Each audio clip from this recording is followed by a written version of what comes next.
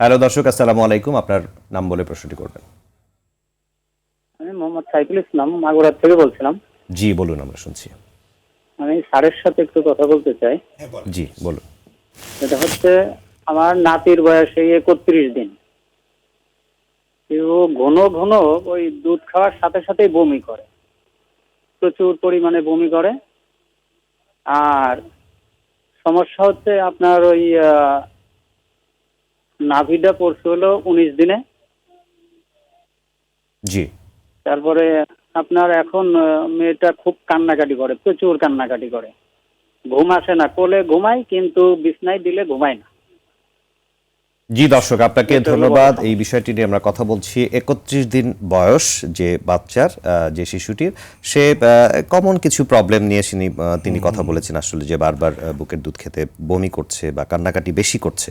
এই দুটো সমস্যার জন্য কি করা যায়? এটা খুব কমন জিনিস, আমরা এটাকে বলি যে গ্যাস্ট্রোএসোফেজিয়াল রিফ্লাক্স ডিসঅর্ডার।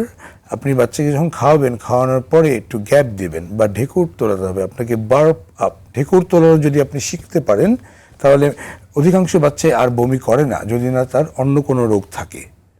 জি খাওয়ানোর পরে আপনি তাকে 10 থেকে 15 মিনিট উঁচু করে রেখে দেবেন, ঢেকুর তোলাবেন, তাহলে দেখবেন যে সাধারণত সে বমি করবে না। নাক পরিষ্কার রাখবেন, নাক পরিষ্কার করার জন্য যে নর্মাল স্যালাইন পাওয়া যায় সেই ড্রপটা দিলেই এনাফ, যথেষ্ট।